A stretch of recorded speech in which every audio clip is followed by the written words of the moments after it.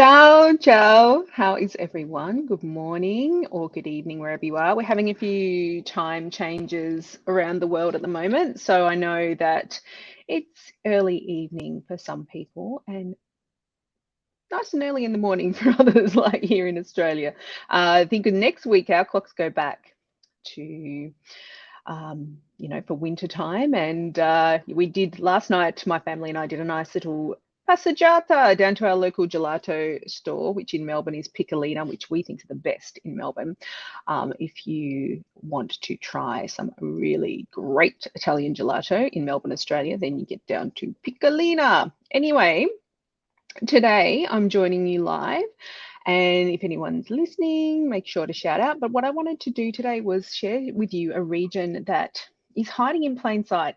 It's right there, very, very close to Rome and Florence. And it's so full of beauty and delicious food. And it's really easy to get to, but hardly anyone goes there. So I wanted to just share with you 5 reasons to visit Umbria.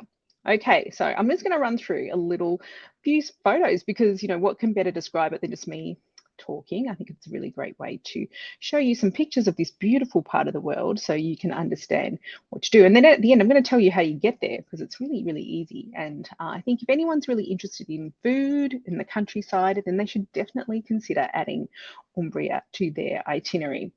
Okay, so just pop over here. So yeah, like I said, I'm going to say top 5 reasons to visit Umbria, but there's many, many more, I have to say. I could go on about this for ages, but these are supposed to be very, very quick tips. So here we go. Alrighty, so look at this beautiful scene. Look at all those flowers. And Umbria is known as the green heart of Italy. And that means, it's like very countryside. There's lots of beautiful fields of flowers, especially in the summertime. It's just exploding with color. So that's a really amazing thing to see. And I know for some reason the Instagrammers haven't discovered this part of the world yet, but I think people think of Tuscany for sunflowers, but Umbria has many, many more, in fact. So if you're really into flowers and beautiful country scenery, then definitely visit Umbria. So yeah, it's the number one reason, I think, or one of the reasons of the 5 that I'm going to explain to you today to visit Umbria is it's rural Italy. And some people call it the new Tuscany.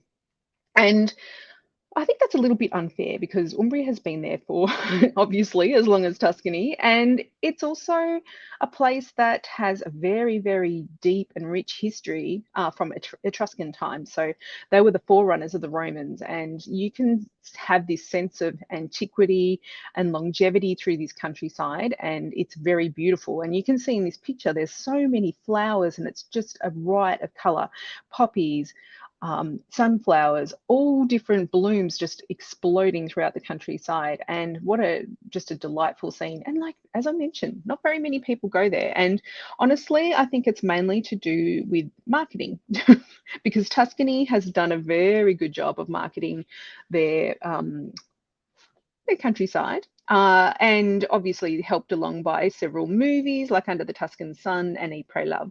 So there's a lot of reasons why people know Tuscany, but Umbria is actually right next to Tuscany, and you can find out some more things about this in our next slide, which is, look at this.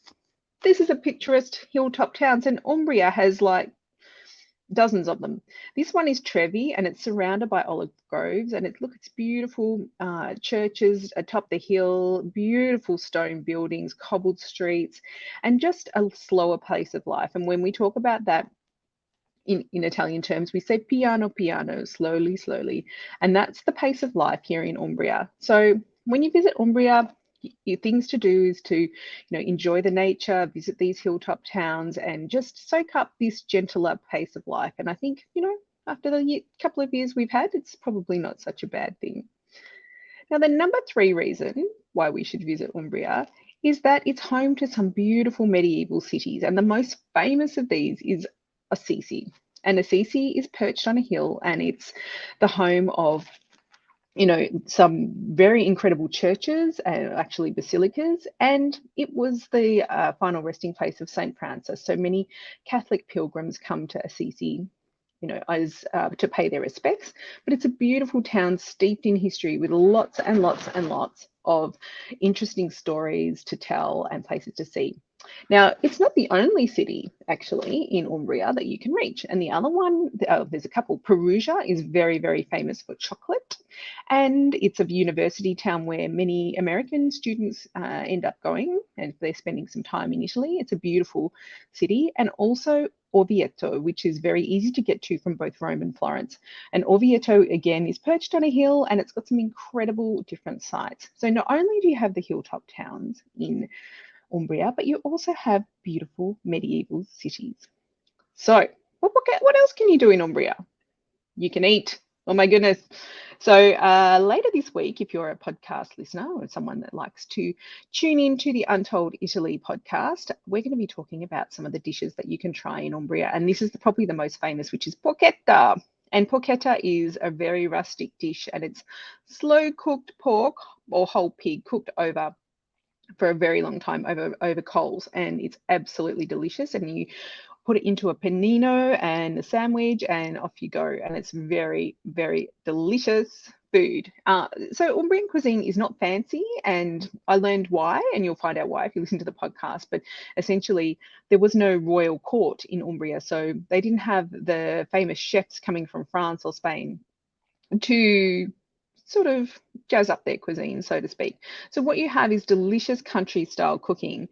Lots of pork products. They're very famous for their salumi, and a lot of salumi that you get around Italy is actually from Umbria. And also you can find not just meat dishes, but also vegetarian dishes, because there's a very famous town called Castelluccio, and that's where some of the finest lentils come from. So you can, if you're a vegetarian, don't worry, you can go to Umbria and enjoy a really beautiful time. There's also truffles in Umbria, and once again, it comes down to marketing. They probably don't do the best job of marketing the fact that they have got some delicious truffles there throughout the year, not just in winter, but also in summer. And you can have the truffles shaved over pasta or on top of pizza. Delicious. So that's our number 4 reason why we should visit Umbria, and I think it's a pretty good one. The next one I want to tell you is that they've got some very, very special local festivals. And in this picture, what you'll see here looks like a painting, but it's actually a design that's made entirely out of flower petals. And this is from a very, very special festival in Umbria called the Infiorata, which is in Spello, which is one of the hilltop towns that I mentioned earlier. Now, this festival is so special. What the townspeople come to do is they come together and they pick the flowers and they get the petals and they make these designs as teams. And you can actually visit this festival, and it's very popular. This is probably the most famous one in Spello, the town of Spello, but there are other Infioratas around the region too. So look, and back to porchetta, I actually found out that there are 2 porchetta festivals in Italy, in the region of Umbria. So wow, there's a lot of festivals, and I think if you've ever listened to me talk on our podcast or just generally, you'll understand that one of the amazing things that to do when you're in Italy is really go and spend time in one of these festivals, and then you'll really find out what it's all about, because this is where the communities come together and join together to celebrate something that's really special about their culture, whether it is the flowers of the Infiorata, which is celebrating the Feast of Corpus Christi, or the food of their area. So it's a very special experience, and it's something that changed the travels that I did in Italy quite dramatically, actually, when we went to our first food festival, and I really fell in love with the country even more than I had before. So Umbria has got some very special local festivals, and that's why it's another reason why you should visit. Now, earlier I mentioned that we have Umbria hiding in plain sight. So here on the map, you can see it's really wedged in between Tuscany and Lazio, which is where the capital Rome is found. So it's a little green dot right in the heart of Italy, and it's really, really easy to get to, whether you want to go there on a day trip or if you want to spend some more time there. So Rome to Orvieto, either by car or by train, is around 1.5 hours, and Rome to Assisi is around 2 hours. Florence to Orvieto, again, 1.5 to 2 hours, and Florence to Assisi, 2 hours. So you can really easily add Umbria into your Italy itinerary if you want to go by train or by car. And I think it's really a really great idea if you're someone that's interested in local culture, if you're interested in the countryside, if you're interested in trying some of the really truly rustic dishes that you can try in Italy. You won't find any better than you will in Umbria. So again, you can get there by train, where the fast speed trains will take you to Orvieto or Assisi, or you can drive. Now, if you were wanting to go and see some of those hilltop towns that I mentioned, you will need a car, but you can actually pick those up in those towns as well. So yeah, it's a really good idea to, have a little bit of more of a research. And this is the idea behind these little snippets of conversations that I'm having at the moment on our live Facebook group, is to share with you some of these beautiful destinations that not many people reach, and which we think is a bit of a shame. And that's why we're called Untold Italy, because we're trying to bring you the untold places that people may not have heard of. Okay, so the other way you can reach Umbria, and we're very excited about this, is that we have some tours that are discovering Umbria and actually visiting the festivals that we mentioned, the Infiorata Festival, the Flower Festival. And you can find out some more information on our tours at untolditaly.com/Umbria. And they're departing in June and November, not this year in June, but next year in June and November this year, and in 2023. So if you're interested, come on and join us. Right, so I did want to actually just finish off. If anyone's got any questions, do pop them into the chat there. But I did want to finish off by letting you know how you can also find out a bit more about Umbria if I've kind of piqued your interest. So what we can do is we have a few podcasts, and I'll put the links to those podcasts on there. We've got one about how to discover the local wineries, and there's one that's mentioned in the podcast, which is really around, it's a place where you can get a picnic and overlook Assisi, which just sounds absolutely divine, and which I will be taking advantage of when I'm there in June.